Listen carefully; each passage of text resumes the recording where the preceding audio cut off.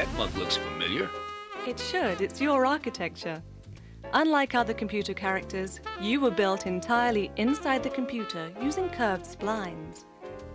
A spline is created by bending a line anchored with control points. It takes quite a few control points to generate the complex shape of a human face. You began as a cross-section of 50 control points. These were then rotated about an axis, creating a surface with 2,400 control points. The hole in the center became your mouth, and the surrounding areas your chin, cheeks, and forehead. What about my teeth and eyes? They were first sculpted and then texture mapped by taking a flat 2D picture and wrapping it onto the surface of a complex 3D computer object. This gives your eyes and teeth a more realistic look. Quite cute, actually. Thank you. How about my body? Also built with splines. Animating you is a matter of moving the control points to create different poses, called keyframes. The computer then automatically draws the images between the keyframes. After the artist sets colors and lighting, the final step is rendering. Rendering is when the computer completely draws all the details into each finished frame. Then the series of frames is recorded onto film or videotape, one at a time. Hey, you. Come over here.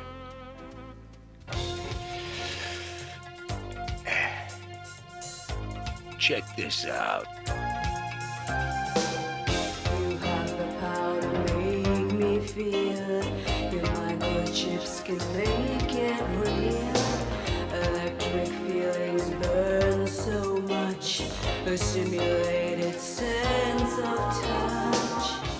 Another way to recreate human motion was used for this synthetic singer Dozo. She was first built as a series of clay sculptures with different mouth positions and a clay body, which were then all digitized into the computer. Then a human figure was filmed and used as a reference for her motion. Dozo's movements were calculated, tested interactively, and then adjusted.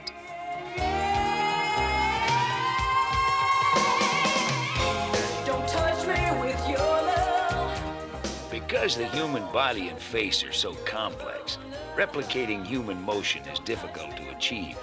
Computer animators are constantly working to improve the techniques they use to synchronize speech, simulate body movement, and reproduce accurate facial expressions.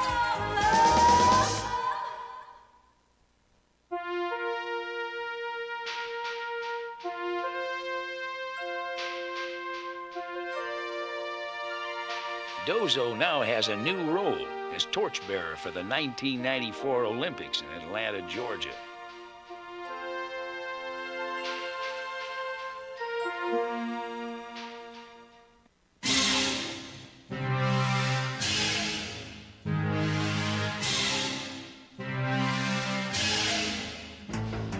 Crypto is a three-dimensional computer actor made for French pay television.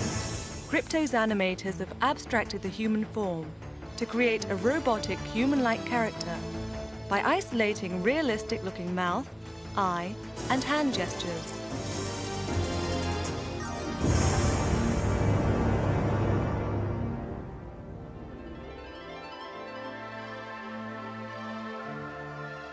This computer-generated mermaid named Lorelei is another example of an abstracted, human-like form.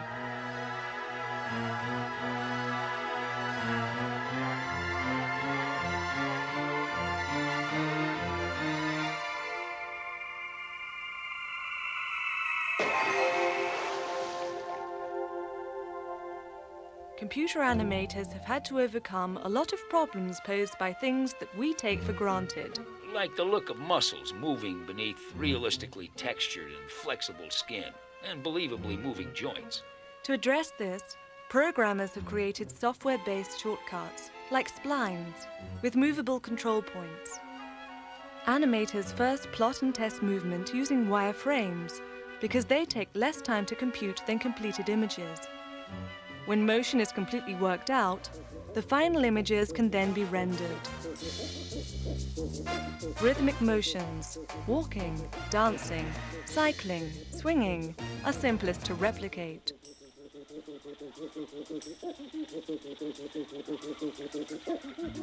After several main or keyframes are created, the fly is animated by using a time graph editor to interactively control speed and timing. Then a low-resolution color test is made before the fly is finally recorded frame by frame onto videotape. You're watching Sleepcore. Pleasant dreams.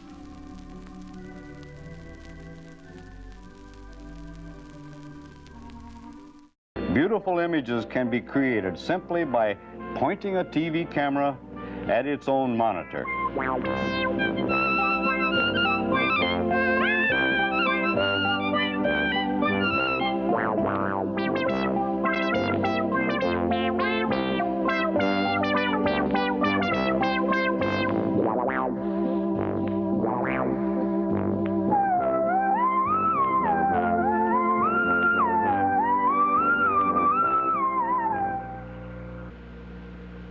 The Scanimate 500 is a computer system which uses mostly analog technology to provide instantaneous animation of graphic art that's placed before its high-resolution camera. Here's how it works.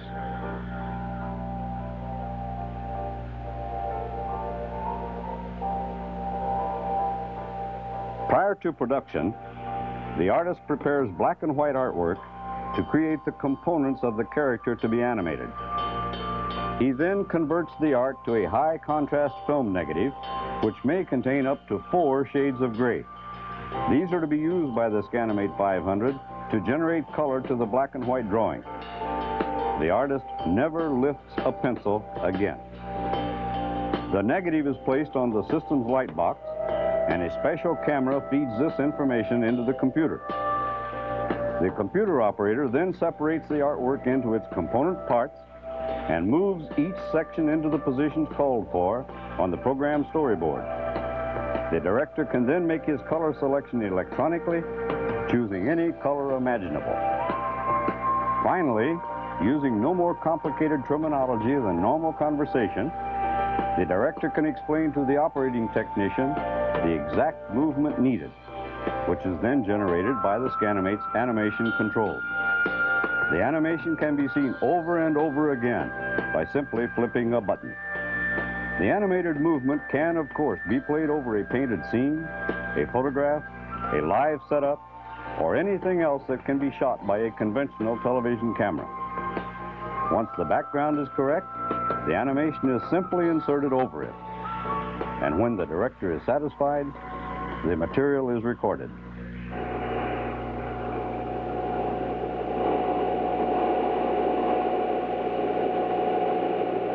Looks like that ought to be a keeper, Jay. Let's see it. And increasingly, that's the way animation will work in 5 years, 20 years, or even further into the future. More and more, people will be watching computer-generated cartoons and sequences like these.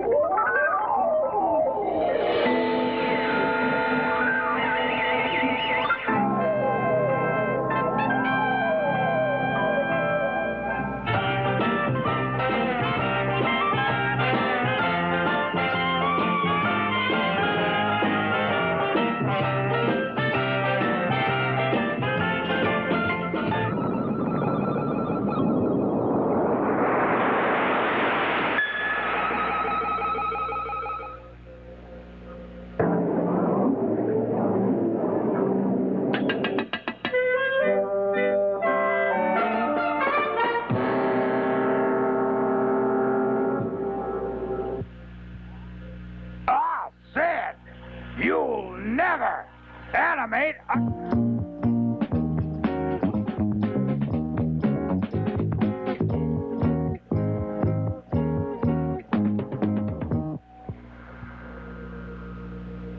The Scanimate 500 is not the only system probing the future of graphic arts production. Computer Image's other system, the Animac, is capable of mimicking the movements of anyone strapped into the electronic harness you see here. Pictures drawn directly on a TV screen by a light pencil can be made to walk, run, or even dance, all without the aid of a graphic artist. Or perhaps the future will belong to the Synthovision system shown here, which, when interfaced with a computer, allows it to predict such things as the movements of aircraft or the effects of a new lighting method in mine shafts and buildings. But what we've seen here are only possibilities of what we will be seeing in the decades to come.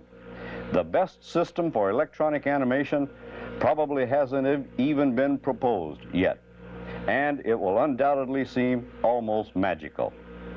Animation, however, is only a small part of graphic arts, and the future may hold many surprises for other areas of the field as well. Let's look at one such field. Pictured here is what the future may look like for engineers and draftsmen who now must draw hundreds of schematics and blueprints every year. The system you see is built by a company called Computer Vision, and their idea is simple.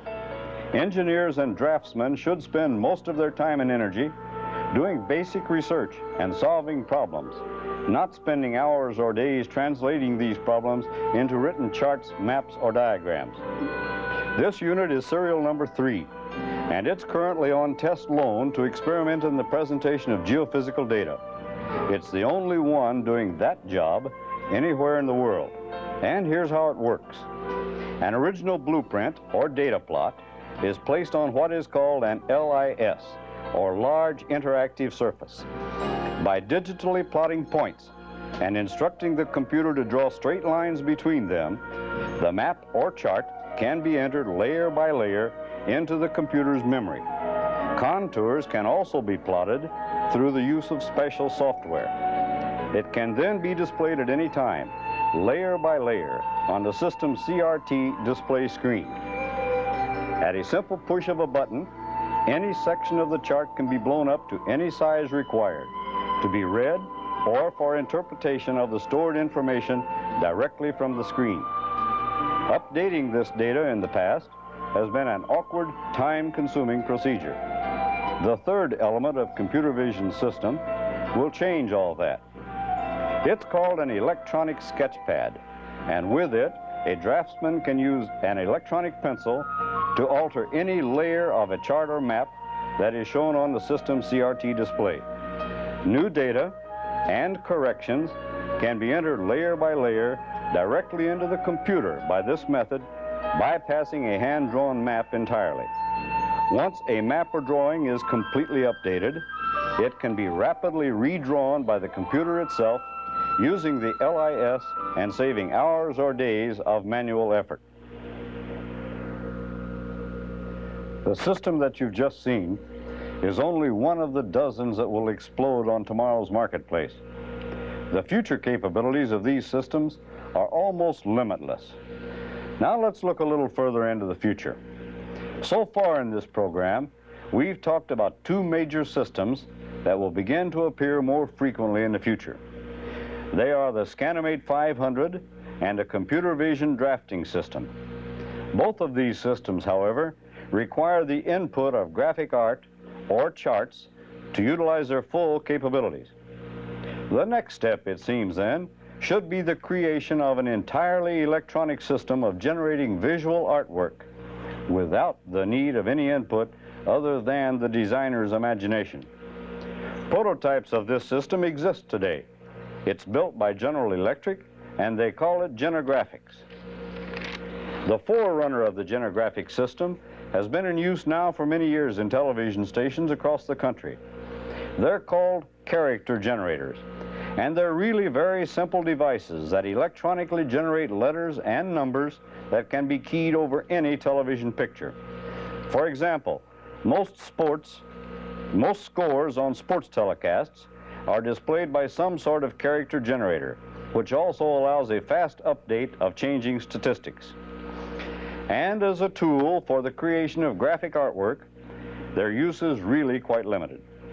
It's impossible, for example, to generate slides from that system, and anything more complex than a simple title is just about out of the question. Until now.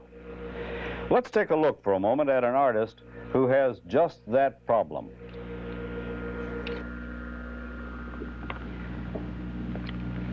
Here's what I want. I want some alternate way to produce good slide art for less money, faster than the old color-aid, hot-press lettering, rubber cement way. I also want 4 oil wells and a gold mine. You need kinographics. What? Kinographics, a new service from General Electric that puts aerospace technology to work in the art world. Oh, a new slide service. Right, but one with a difference. What difference? It's electronic. Look over there. This is the secret. Using this console, an artist can create almost as quickly as he can think, or reproduce ideas as fast as they can come. How? That's what I want to show you. This man is an artist. Utilizing the computer-generated images from kinographics, he can supply almost any kind of graphic element that you or an art director can possibly want, and in the kind of quality you're used to seeing. Bar charts, simple.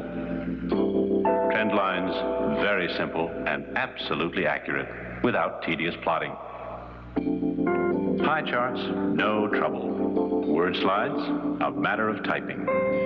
Different colors, only the whole spectrum to choose from. Custom graphics takes a little more time, but still a snap. And just about anything you can dream up. Bells, whistles, stripes, or polka dots, balls, stars, shading, whatever, we can make it for you. Hey, that's neat. And it's fast. As soon as you decide a piece of art is the way you want it, push a button and snap, it's on film. Or push another button and the information is stored on tape for instantaneous recall a day, a month, or even a year later. If you need to change, match, or update a slide. And changes are made so easily and quickly that finished slides can be shown for approval instead of visuals. Look, this is really just another artist's tool, but the beauty is the flexibility. The machine can do build-ups, try different crops, colors and values, close-ups, make proportional changes, squash, or extend, whatever. Now that's service. I love it. I want it. You're watching Sleepcore, media for insomnia.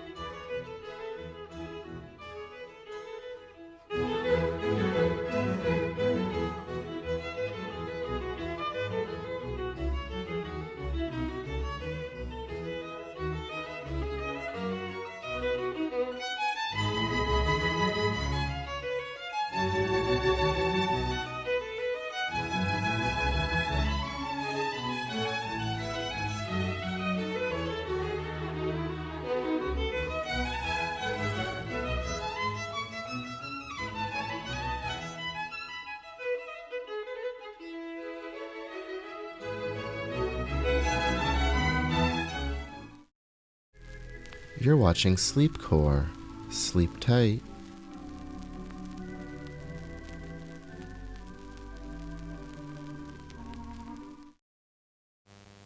But I like being on the internet because you can get weather reports from anywhere on the globe. Find out where the big supertankers are, or whether there are any storms going on at the North Pole. And if you've got the right software, you can spin the world around and get off anywhere, as long as you've got the right numbers, the right codes. For example, you return, then hold down the option key, shift 3 times, //.com, blue sky, HAWAII.com, Hawaii. Stand by. Well, I love technology, and I've always used it in some way. I never really thought that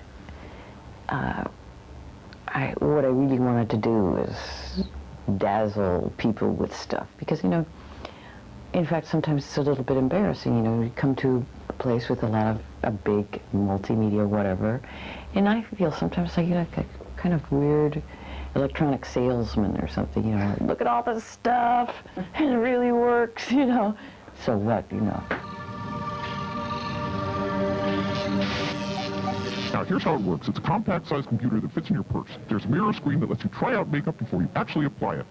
This program contains 120 megabytes of beauty tips and 256,000 colors.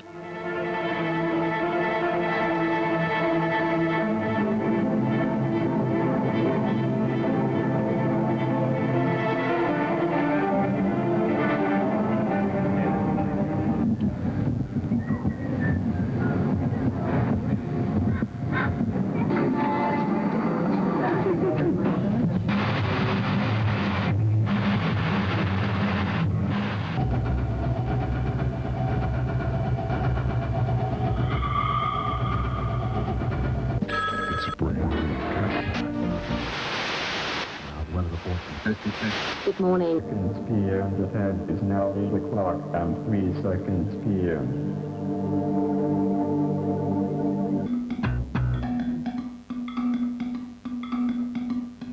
If collage is the aesthetic of the 20th century, as everyone from Schwitters to Picasso to Ray Johnson has said it is, then it now meets its match. Because with the web, collage takes place in real time on an international level, working with combining elements of text, sound, various cultural points of view in lightning fashion. No.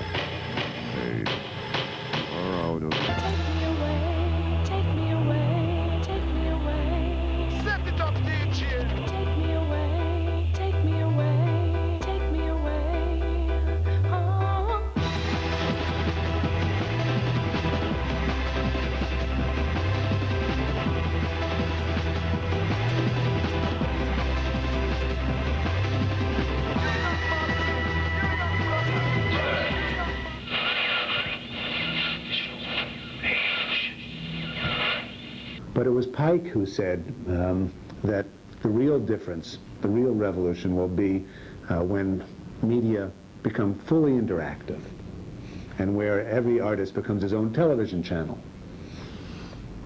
Well, we're no longer talking about television. Television has now been eclipsed by the internet. Television is smaller than the internet. Change would be too mild a word. I mean, I think there's a true revolutionary restructuring of the hierarchy that has dominated our relationships to media over the course of this century. Say no. Say, you are out of format.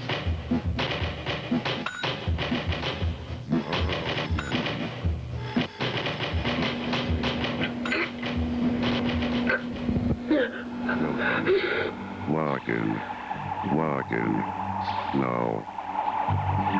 Welcome, walking, no.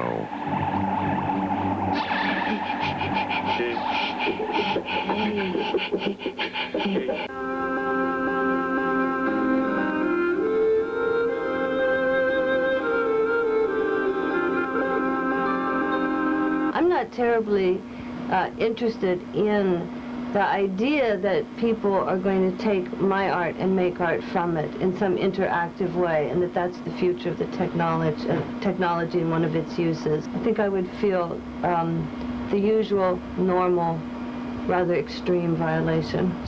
You have 5,000 editors or however many, and they're just busily doing things, mixing it all up.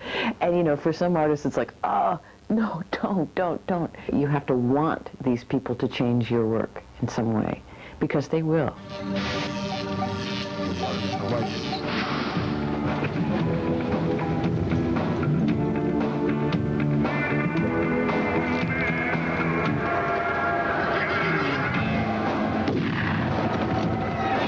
Cut.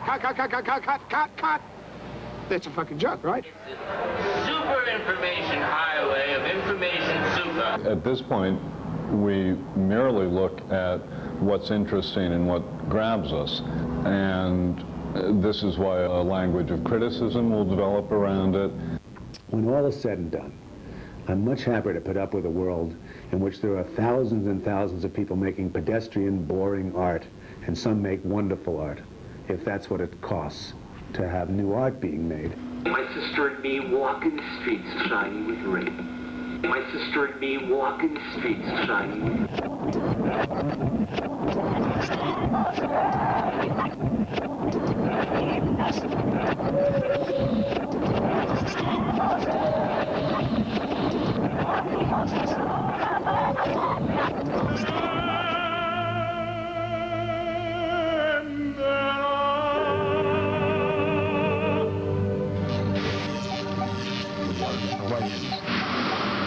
I want to brush her hair, but the smell of her makes me cross the room. I held my breath as long as I could. http://html.com/etnic.com846/tip/nip www. Hello there.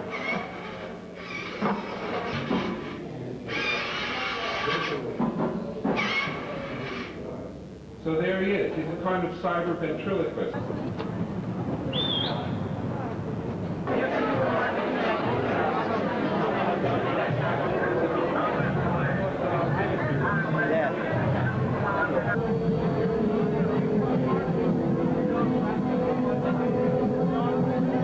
You know what I really like about cyberspace is the rumors. Like the recent so-called AP press release that announced that the so-called Vatican had been bought out by Microsoft. Say no. You are out of memory.